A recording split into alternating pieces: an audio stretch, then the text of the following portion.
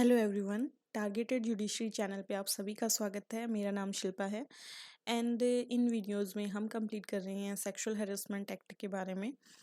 And chapter 6 तक हम complete कर चुके हैं। चैप्टर नंबर 7 और 8 को आज हम कंप्लीट करेंगे और ये जो बेयर एक्ट है सेक्सुअल हैरेसमेंट से रिलेटेड, ये आज हमारा कंप्लीट हो जाएगा।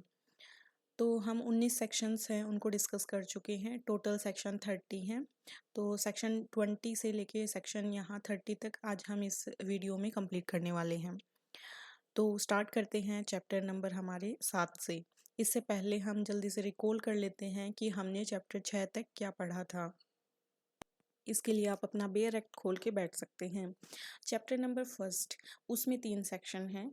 फर्स्ट में हमने show title, extent and commencement पढ़ा था। सेकंड में हमने डेफिनेशन देखी थी। थर्ड में प्रिवेंशन ऑफ सेक्सुअल हैरेसमेंट देखा था। Chapter number 2 is talk about the internal complaint committee. इसमें एक ही सेक्शन है, सेक्शन नंबर 4, जो कि बात करता है इंटरनल कंप्लेंट कमेटी के कॉन्स्टिट्यूशन के बारे में। चैप्टर 3 जो है उसमें constitution of local complaint committee की बात की गई है, जिसमें कि 4 सेक्शन है, सेक्शन 5, 6, 7 और 8। सेक्शन 5 बात करता है नोटिफिकेशन ऑफ डिस्ट्रिक्ट ऑफिसर के बारे में। फिर है सेक्शन नंबर 6 बात करता है लोकल कंप्लेंट कमेटी के कॉन्स्टिट्यूशन और जुरिडिक्शन के बारे में। फिर है सेक्शन नंबर 7 जो बात करता है composition, tenure and other terms and condition of local complaints committee. 8 number है वो बात करता है ग्रांट्स एंड ऑडिट के बारे में। फिर है चैप्टर 4 जो रिलेटेड है कंप्लेंट से। इसमें 3 सेक्शन है, 9, 10 और 11। 9 बात करता है कंप्लेंट ऑफ सेक्सुअल हैरेसमेंट से, 10 बात करता है कॉन्सिलिएशन से, 11 बात करता है इंक्वायरी इनटू कंप्लेंट से।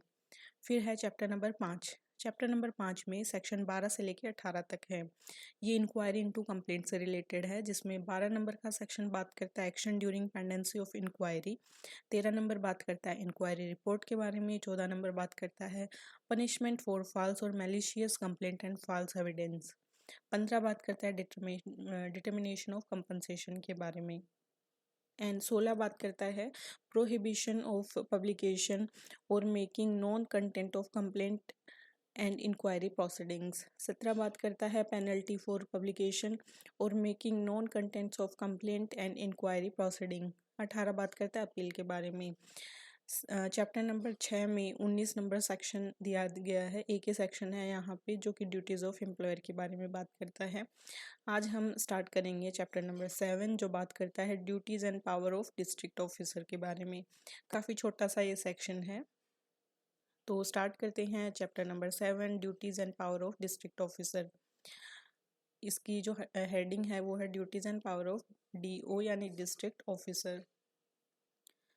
The district officer shall monitor the timely submission of report furnished by the local committee।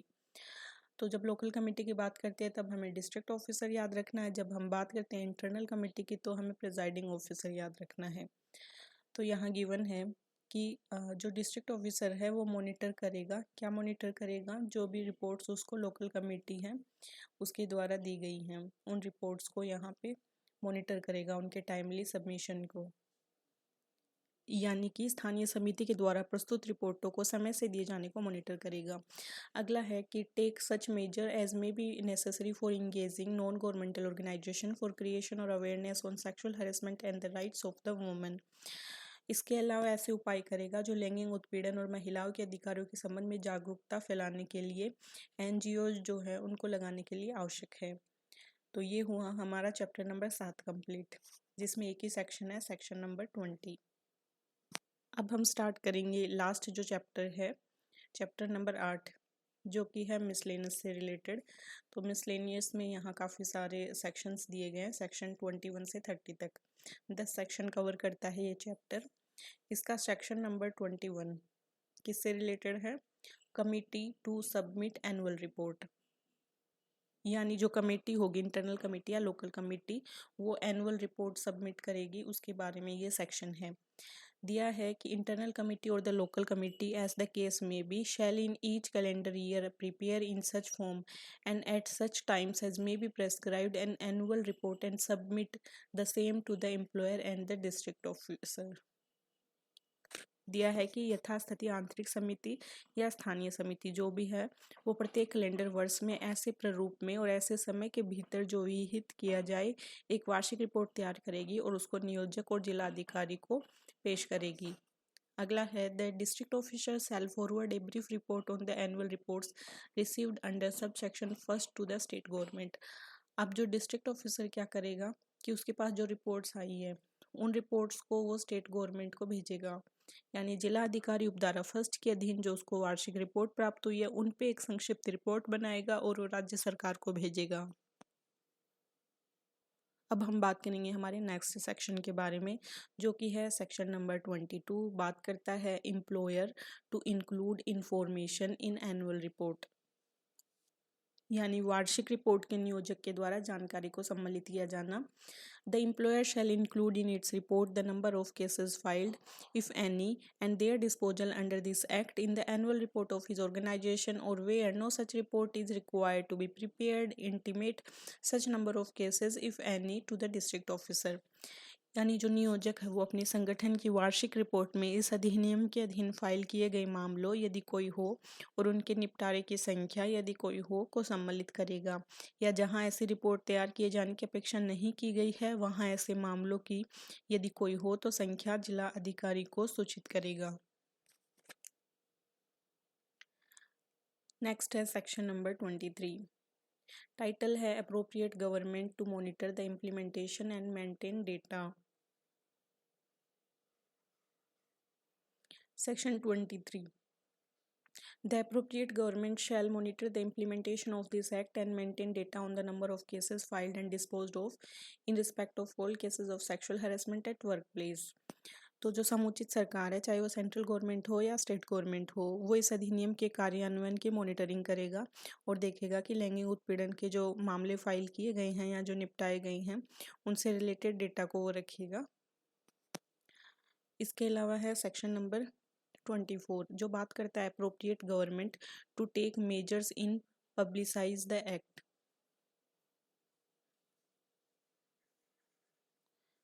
Given है कि द अप्रोप्रिएट गवर्नमेंट में subject to the availability of financial and other resources सबसे पहले develop करेगा relevant information education communication and training material and organise awareness programme to advance the understanding of the public of the provision of this act providing for protection against sexual harassment of women at workplace।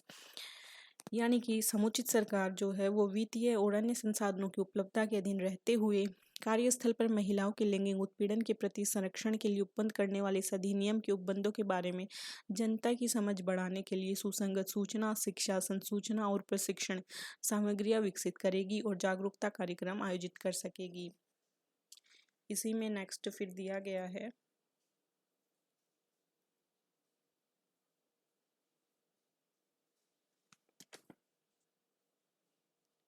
Formulate orientation and training programme for the members of the local complaint committee. तो local complaint committee के members के लिए training programmes यहाँ पे लागू करेगी। अगला है सेक्शन नंबर 25 जो बात करता है power to call for information and inspection of records के बारे में। तो दिया गया है कि अप्रोप्रिएट गवर्नमेंट जो है on being satisfied that it is necessary in the public interest or in the interest of women employees at a workplace to do so by order in writing call upon any employer or district officer to furnish in writing such information relating to sexual harassment as it may require। Second, authorize any officer to make inspection of the records and workplace in relation to sexual harassment who shall submit a report of such inspection to it within such period as may be specified in the order। तो given है कि समुचित सरकार यह समाधान हो जाने पर कि ऐसा करना लोकहित में या कार्यस्थल पर महिला कर्मचारियों के हित में आवश्यक है तो लिखित आदेश के द्वारा किसी नियोजक या जिलाधिकारी से लैंगिक उत्पीड़न के संबंध में ऐसी लिखित सूचना प्रस्तुत करने की मांग कर सकती है जो उसे अपेक्षित हो, या फिर किसी भी अधिकारी को लैंगिक उत्पीड़न के संबंध में अभिलेख और कार्यस्थल का निरीक्षण करने के लिए प्राधिकृत कर सकती है जो उसे ऐसी अवधि के भीतर जो आदेश में विनिर्देश की जाए ऐसे निरीक्षण की रिपोर्ट पेश करेगा। इसी में नेक्स्ट दिया है कि every employer and the district officer shell produce on demand before the officer making the inspection all information records and other document in his custody having A bearing on the subject matter of such inspection. यानी प्रत्येक नियोजक और जिला अधिकारी मांग किए जाने पर निरीक्षण करने वाले अधिकारी के समक्ष उसकी अभिरक्षा में ऐसी सभी सूचना, अभिलेख और अन्य दस्तावेज प्रस्तुत करेंगे जो ऐसे निरीक्षण की विषय वस्तु को प्रभावित करते हैं। तो ये हमने बात की अप्रोप्रिएट गवर्नमेंट की power to call for information and inspection of records के बारे में। नेक्स्ट है सेक्शन नंबर 26। इसमें है penalty for non compliance with the provision of act. तो ये जो एक्ट है इसके साथ नॉन कंप्लायंस करने पे जो पेनल्टी निर्धारित की गई उसके बारे में बात करता है सेक्शन 26।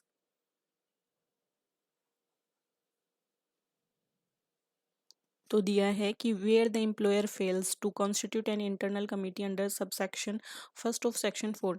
तो आप देख सकते हैं कि इंटरनल कमेटी को कॉन्स्टिट्यूट करना कितना ज़रूरी है, लेकिन अगर कोई एम्प्लॉयर इंटरनल कमेटी जो कि सेक्शन फर्स्ट ऑफ सेक्शन सब सेक्शन फर्स्ट ऑफ सेक्शन 4 में बनाई जाती है उसको अगर नहीं बनाता है and take action under section 13, 14 and 22 and contravenes or attempts to contravene or abates contravention of other provision of this act or any rules made thereunder, he shall be punishable with the fine which may extend to 50,000 rupees। राशि भी याद रखनी है। तो दिया गया है कि अगर कोई नियोजक धारा 4 के अधीन अगर इंटरनल जो कमेटी है वो नहीं बनाता या 13 और 14 और 22 धारा है उसके अधीन कार्रवाई करने में असफल रहता है, इसके अलावा इस अधिनियम के अन्य उपबंध या तदाधीन बनाए गए किसी नियमों का उल्लंघन करता है या उल्लंघन करने का प्रयास करता है या उनके उल्लंघन को दुष्प्रेरित करता है तो ऐसी स्थिति में उसके खिलाफ 50,000 रुपये का जुर्माना लगाया जा सकता है। आगे गिवन है if any employer after having been previously convicted of an offence punishable under this act subsequently commit and is convicted of the same offence, he shall be liable to twice the punishment which might have been imposed on first conviction, subject to the punishment being maximum period for the same offence। तो दिया गया है कि यदि कोई नियोजक पूर्व में इस अधिनियम के अधीन दंडनीय किसी अपराध में सिद्ध दोष ठहराया गया था और बाद में उसी अपराध को दोबारा करता है और उसके लिए उसको सिद्ध दोष ठहराया जाता है तो उसी अपराध के लिए जो अधिकतम दंड था उसके अधीन रहते हुए पहली दोष सिद्धि पर अधिरोपित दंड से दुगुने दंड का दायी होगा, दुगुना दंड है उसको दिया जाएगा। फिर आगे दिया गया है कि provided that in case of higher punishment is prescribed under any other law for the time being in force for the offence for which the accused is being prosecuted, the court shall take due cognizance of the same while awarding the punishment। परंतु यदि तत्समय परवर्त किसी अन्य विधि के अधीन उस अपराध के लिए जिसके संबंध में आरोपी को अभियोजन किया जा रहा है में कोई उच्चतर दंड विहित है तो न्यायालय दंड देते समय उसका सम्यक संज्ञान लेगा। Cancellation of his license or withdrawal or non-renewal or approval or cancellation of the registration as the case may be by the government or local authority required for carrying on his business or activities। सरकार या स्थानीय प्राधिकारी के द्वारा उसके कारोबार या क्रियाकलाप को चलाने के लिए अपेक्षित यथास्थिति उसकी अनुज्ञप्ति के रद्द किए जाने या रजिस्ट्रेशन को समाप्त किए जाने या नवीनीकरण न किए जाने या अनुमोदन या रद्दकरण के लिए दायी होगा। तो ये था सेक्शन नंबर 26। अब नेक्स्ट है सेक्शन नंबर 27। ये बात करता है cognizance of offence by courts के द्वारा। दिया है कि नो कोर्ट, तो सेक्शन 27 में गिवन है कि no court shall take cognizance of any offence punishable under this act और any rules made there under save on a complaint made by the aggrieved woman or any person authorized by the internal committee or local committee in this behalf। तो दिया गया है कि कोई भी जो न्यायालय है वो इस अधिनियम या तदधीन बनाए गए नियमों के अधीन दंडनीय किसी अपराध का संज्ञान जो एग्रीव्ड वुमन है, व्यथित महिला है या आंतरिक समिति या स्थानीय समिति के द्वारा इस निमित्त प्राधिकृत किसी व्यथित व्यक्ति के द्वारा शिकायत किए जाने के सिवाय नहीं लेगा। एग्रीव्ड वुमेन या फिर इंटरनल कमेटी और लोकल कमेटी जब बोलेगी तब वो यहाँ पे संज्ञान ले सकता है। अगला है no court inferior to the metropolitan magistrate और judicial magistrate of the first class shall try any offence punishable under this act. यानी मेट्रोपॉलिटन मजिस्ट्रेट या न्यायिक मजिस्ट्रेट प्रथम श्रेणी से निम्नतर कोई भी न्यायालय इस अधिनियम के अधीन दंडनीय किसी अपराध का विचारण नहीं करेगा। तो ये कंडीशन है। And every offence under this act shall B non cognizable. इस अधिनियम के अधीन प्रत्येक अपराध असंज्ञेय होगा। नेक्स्ट है सेक्शन नंबर 28 जो कि बात करता है यानी जिसकी हेडिंग है act not in derogation of any other law. यानी अधिनियम का किसी अन्य विधि के अल्पीकरण में न होना। The provision of this act shall be in addition to and not in derogation of the provision of any other law for the time being in force. इस अधिनियम के उपबंध जो हैं वो तत्समय परवर्त यानी उस टाइम परवर्त किसी अन्य विधि के उपबंधों के अतिरिक्त होंगे, ना कि उनके अल्पीकरण में। तो ये इसका अर्थ है। और सेक्शन 29 ये है power of appropriate government to make rules. Important है, डायरेक्ट पूछा जा सकता है एग्जाम में।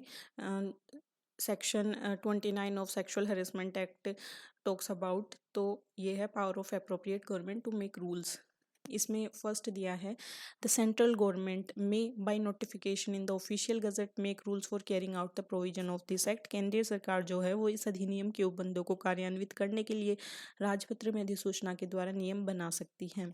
आगे गिवन है कि in particular and without prejudice to the generality of the foregoing power such rules may provide for all और any of the following matter, namely कि विशिष्टियां और पूर्वगामी शक्ति की व्यापकता पर प्रतिकूल प्रभाव डाले बिना ऐसे नियम निम्नलिखित सभी या किन्हीं विषयों के संबंध में उपबंध कर सकेंगे।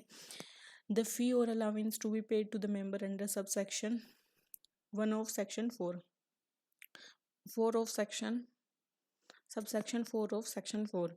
धारा 4 की उपधारा 4 के अधीन सदस्यों की संदेह फीस या भत्ते। अगला है nomination of members under clause C of subsection 1 of section 7। धारा 7 की उपधारा 1 के खंड सी के अधीन सदस्यों का नाम निर्देशन। नेक्स्ट है द फी और allowance to be paid to the chairperson and members under subsection 4 of section 7। तो यहाँ पे है कि धारा 7 की उपधारा 4 के अधीन अध्यक्ष और सदस्यों को संदेह फीस या भत्ते। नेक्स्ट है the person who may make complaint under subsection 2 of section 9। ऐसा व्यक्ति जो धारा 9 की उपधारा 2 के अधीन परिवाद कर सकेगा। The manner of inquiry under subsection 1 of section 11। धारा 11 की उपधारा 1 के अधीन जांच की रीति या मैनर क्या होगा। The power for making an inquiry under clause C of subsection 2 of section 11। धारा 11 की उपधारा 2 के खंड ग के अधीन जांच करने की शक्तियां। नेक्स्ट है the relief to be recommended under clause C of subsection 1 of section 12। धारा 12 की उपधारा 1 के खंड सी के अधीन सिफारिश किए जाने वाला अनुतोष। And the manner of action to be taken under clause 1 of subsection 3 of section 13। धारा 13 की उपधारा 3 के खंड पी के अधीन कार्रवाई करने की रीति। नेक्स्ट है the manner of action to be taken under subsection 1 and 2 of section 14। तो धारा 14 की उपधारा 1 और उपधारा 2 के अधीन कार्रवाई करने की रीति। The manner of action to be taken under section 17। तो सेक्शन 17 के अधीन कार्रवाई करने की रीति। The manner of appeal under subsection 1 of section 18। Section 18 की उपधारा 1 के अधीन अपील करने की रीति। and the manner of organizing workshop, awareness program for sensitizing the employees and orientation program for the members of the internal committee under clause C of section 19। धारा 19 के खंड सी के अधीन कर्मचारियों को सुग्राही बनाने के लिए कार्यशाला आयोजित कराना, जागरूकता प्रोग्राम और आंतरिक समिति के सदस्यों के लिए अभिविन्यास कार्यक्रम आयोजित करने की रीति। Next है the form and time for preparation of annual report by internal committee and the local committee under subsection 1 of section 21। धारा 21 की उपधारा 1 के अधीन आंतरिक समिति और स्थानीय समिति के द्वारा वार्षिक रिपोर्ट तैयार करने के लिए प्रारूप और समय। अगला है every rule made by the central government under this act shall be laid as soon as may be after it is made before each house of parliament. तो यहाँ जो भी रूल बनाया जाएगा सेंट्रल गवर्नमेंट के द्वारा वो पार्लियामेंट के दोनों हाउस के आगे लाया जाएगा while it is in session for a total period of 30 days which may be comprised in one session or in two or more successive session, and if before the expiry of the session immediately following the session or the successive session aforesaid both houses agree in making any modification in the rule, both houses agree that the rule should not be made, the rule shall thereafter have effect only in such modified form or be of no effect as the case may be. So however that any such modification or annulment shall be without prejudice to the validity of anything previously done under that act, under that rule। यानी केंद्र सरकार के द्वारा इस अधिनियम के अधीन बनाया गया प्रत्येक नियम उसके बनाए जाने के पश्चात यथाशीघ्र संसद के प्रत्येक सदन के समक्ष जब वह सत्र में हो कुल 30 दिन की अवधि के लिए रखा जाएगा।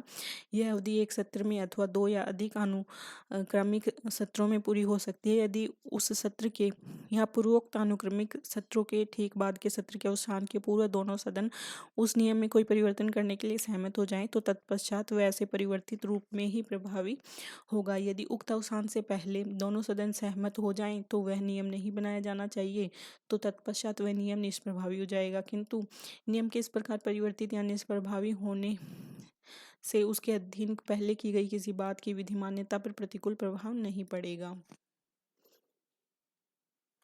आगे दिया है कि any rule made under subsection 4 of section 8 by the state government shall be laid as soon as may be after it is made before each house of the state legislature where it consists of 2 houses where such legislature consists of 1 house before that house। यानी किसी राज्य सरकार के द्वारा धारा 8 की उपधारा 4 के अधीन बनाया गया कोई नियम उसके बनाए जाने के पश्चात यथासंभव शीघ्र राज्य विधानमंडल के जहां उसके 2 सदन हैं वहां प्रत्येक सदन के समक्ष या जहां उसका केवल एक सदन है वहां उस सदन के समक्ष रखा जाएगा। तो ये हुआ हमारा 29 का सेक्शन। अब बात करते हैं हमारे सेक्शन 30 के बारे में। सेक्शन 30 जो है ये बात करता है power to remove difficulties. If any difficulty arise in giving effect to the provision of this act, the central government may, by order published in the official gazette, make such provision not inconsistent with the provision of this act as may appear to it to be necessary for removing the difficulties। यदि इस अधिनियम के उपबंधों को प्रभावी करने में कोई कठिनाई पैदा होती है तो केंद्रीय सरकार जो है वो राजपत्र में प्रकाशित आदेश के द्वारा ऐसे उपबंध कर सकेगी जो इस अधिनियम के उपबंधों से असंगत ना हो, जो उस कठिनाई को दूर करने के लिए उसे आवश्यक प्रतीत हो। आगे है provided that no such order shall be made under this section after the expiry of a period of 2 years from the commencement of this act. परंतु इस धारा के दिन ऐसा कोई आदेश इस अधिनियम के प्रारंभ से 2 वर्ष की अवधि की समाप्ति के पश्चात नहीं किया जाएगा। अगला है every order made under this section shall be laid as soon as may be after it is made before each house of parliament. इस धारा के दिन किए गए प्रत्येक आदेश को उसे किए जाने के पश्चात यथासंभव शीघ्र संसद के प्रत्येक सदन के समक्ष रखा जाएगा। तो ये हमारे कंप्लीट हो गए सारे सेक्शन। 30 सेक्शन थे जो 8 चैप्टर में डिवाइडेड थे और हमने 4 वीडियोस में इनको कवर किया है एंड बहुत ही डिटेल से हमने इसको देखा है। इससे प्रीलिम्स में क्वेश्चन पूछे जाते हैं। न्यूमेरिकल नंबर जो हैं खासकर नंबर्स जो दिए हुए हैं वो आपको अच्छे से याद रखने हैं। प्रीलिम्स में वहाँ से बहुत कुछ क्वेश्चन पूछे जाते हैं। इसके अलावा इन चारों वीडियोस को करने से जो मेंस में क्वेश्चन पूछे जाएंगे वो भी कवर हो जाएंगे, जो प्रीलिम्स में पूछे जाएंगे वो भी कवर हो जाएंगे। So thanks for watching, keep watching. हमारा सेक्सुअल हैरेसमेंट एक्ट 2013 के सारे सेक्शन कंप्लीट हो चुके हैं and keep watching and keep sharing. Have a nice day.